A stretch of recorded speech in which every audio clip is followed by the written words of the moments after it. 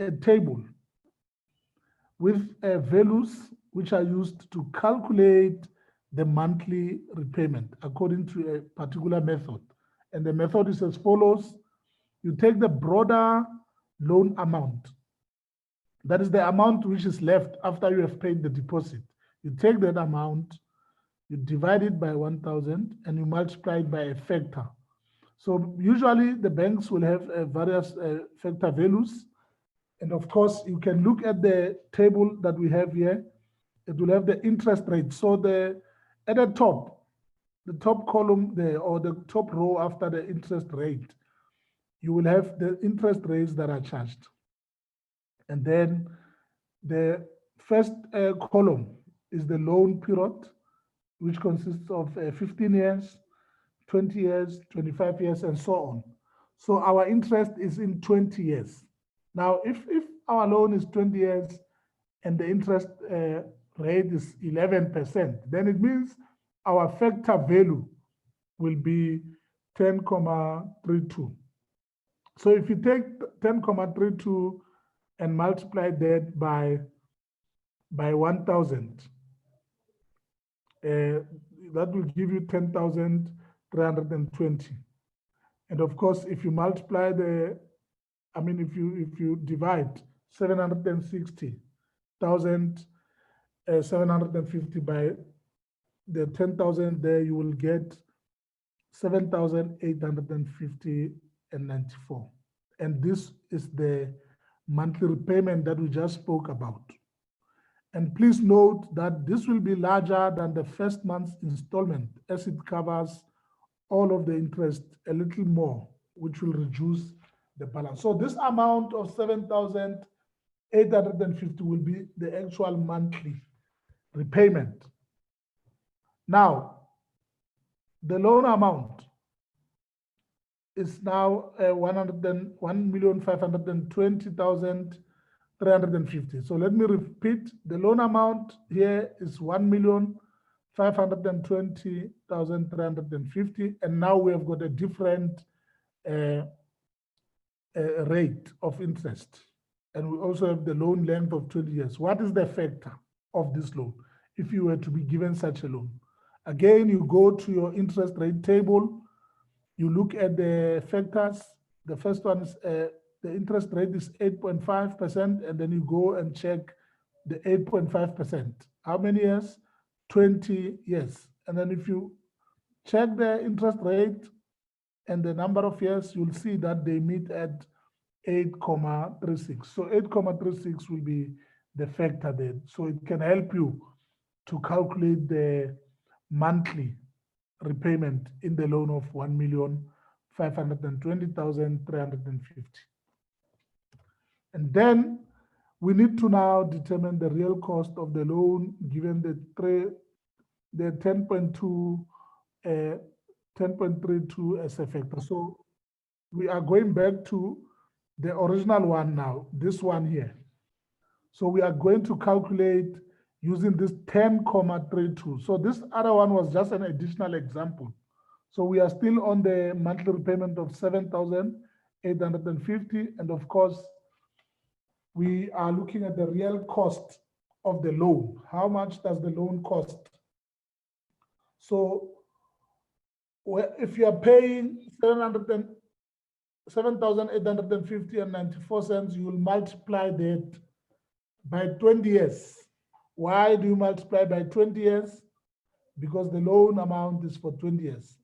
So remember, this is a monthly repayment, and then you multiply that by the number of repayments which are made. So the number will be 20 times 12 months. So every year has got 12 months. So you multiply 20 by 12, and then you multiply the product there by the monthly amount, which is 7,850 rands and 94 cents. So the loan amount will be calculated. The real cost will be 1,884,225. And of course, the total of all interest is charged on the loan. So you'll take the real cost and subtract the original loan amount. Remember, the original loan amount on this house was 760,000 rand, 750 rands. Now, if you subtract that from 1,884,225 rands and 60 cents, you will get 1,123,475 rands and 60 cents. That will be the interest that has been paid. Can you see how big this interest is? It is big because the loan has taken a longer period, a period of 20 years.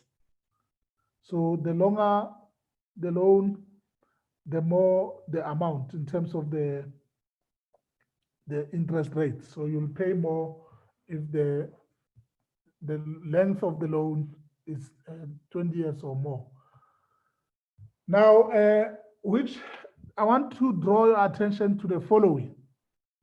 There are factors that can affect the total amount which is owed on a loan. And in this case, we have listed some of those factors, but you need to choose one which is not a factor. So in other words, if you were to choose between the deposit, the interest rate, the loan length, and the compound interest, which one there will be the incorrect factor? So obviously, I've listed the deposit. The deposit is the incorrect factor, meaning that the deposit there, in fact, is a wrong answer there. And then the interest rate is also a wrong answer. And of course, the loan length is also a wrong answer. But if you look at the compound interest, that will be the correct answer.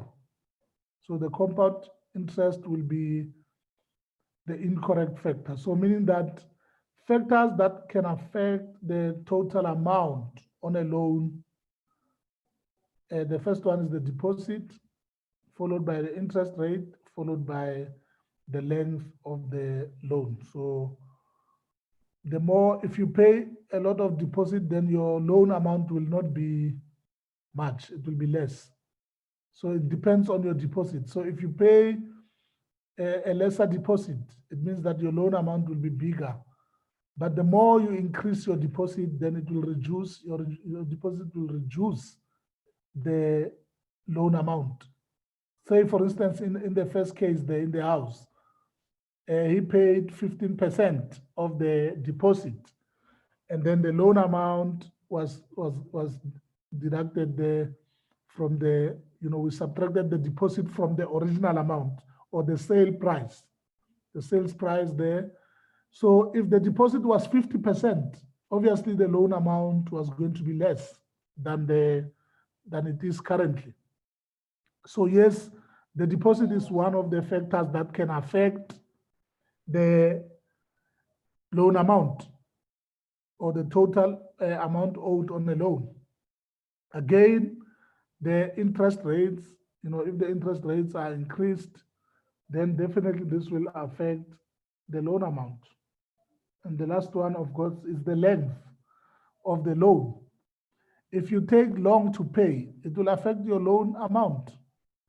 If, say, one person takes 20 years, another one takes 30, the one who takes 30 years will pay more than the one who takes 20 years. I'm talking about the same interest rate. If the interest rate is the same, so the length of the loan comes into being there.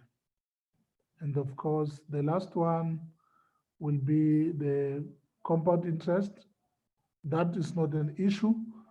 The compound interest is not an issue because interest is calculated on interest. So in actual fact, the compound interest depends on all of these factors here, the deposit, the interest rate, as well as the length of the loan. So the compound interest on its own cannot increase the loan without taking into cognizance the deposit, the interest rate, and the loan length.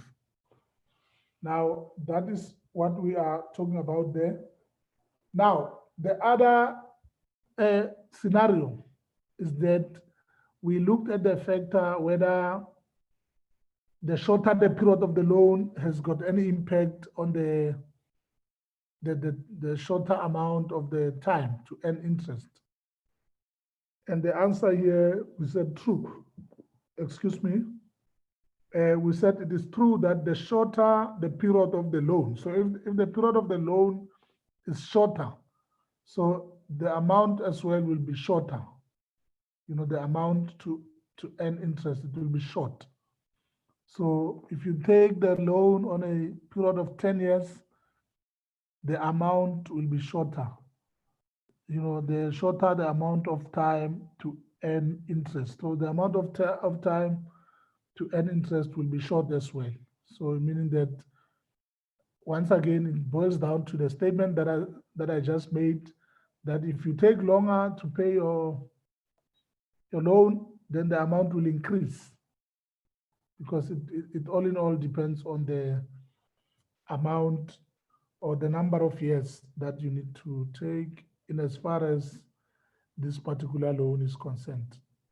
So that is the long and short of it. That is the finance when you look at the different scenarios in as far as purchasing a property is concerned. I'm not so sure if there's any question now, so that we can look at that before we go to the length and the monthly repayments. Is there any question up to so far? In the absence of the question, let me carry on now. We have said that in this factor one, you can see the loan and the monthly repayments. The shorter the period of the loan, the shorter the amount of time to earn interest. The scenario is as follows. If the life of the loan is changed from 20 years to 15 years, what is the effect? Now, if the loan is changed now from 20 years to 15 years, this means that the life of the loan has shortened. So the monthly repayment will increase. So it will have an effect on the monthly repayment. The monthly repayment will increase, and it will be calculated as follows. As you can see there, you will have to go back to that table. Remember the table that I gave you, the factor table, where you have got the interest rates and the different number of years. Now you will go back to that table. If I can just take you back, I'm sure you can remember the table. This is the table that I'm talking about. In this case, you've got the factor value. So as you can see, if the number of years decreases from 20 years to 15 years, you can see that the factor value will no longer be 10.32. It will now be 11.37, as you can see on the screen there. So now that the factor value has changed, it means you will take, can you see that in 15 years, the factor value is 11.37. But in 20 years, the factor value is 10.32. So if you increase the number of years, the factor value decreases. If you decrease the number of years, the factor value increases. So now, in other words, if you want to buy that house and pay it in 5 years, obviously your factor value will increase. What does that mean? This means that your monthly repayment will be more. You'll pay more per month, but at the end of the day, your total loan amount will be less if you pay for a period of 15 years than 20 years. So let's go back to check the factor value there, 11.37. We said that the factor value will be 11.37. And of course, you take the same value, factor value, you multiply that by 1,000 there. Then you take the monthly, for you to get the monthly repayment, you take the whole loan, of 760,750 rands, you divide it by 1,000, which is multiplied by the factor value. And you can see that the monthly repayment now will increase to 8,200 649. And of course, the total cost now will be 180 multiplied by 8,649 rands and 73, and then plus 132,450, subtract 1,395.42, and of course that will give you 1,689,000. So this will be the total cost. So if you subtract this from the original cost of 1,888,000, then you will save 328,210 rands and 4 cents. So these are some of the factors in as far as this factor is concerned. I'm not going to carry on with the next graph due to our time being exhausted. I'm just going to indicate that the larger the deposit and then the larger the loan amount. Is it true or false? Is it true or false? Obviously, it will be false, because if you pay a large deposit, your loan amount will not be big. So if you say true, then that is a wrong answer. The right answer is false, because the larger the deposit, and then the smaller the loan amount. So if you increase your deposit, then your amount will be low. Say, for instance, you pay 90% deposit. I mean, it means you have paid a lot.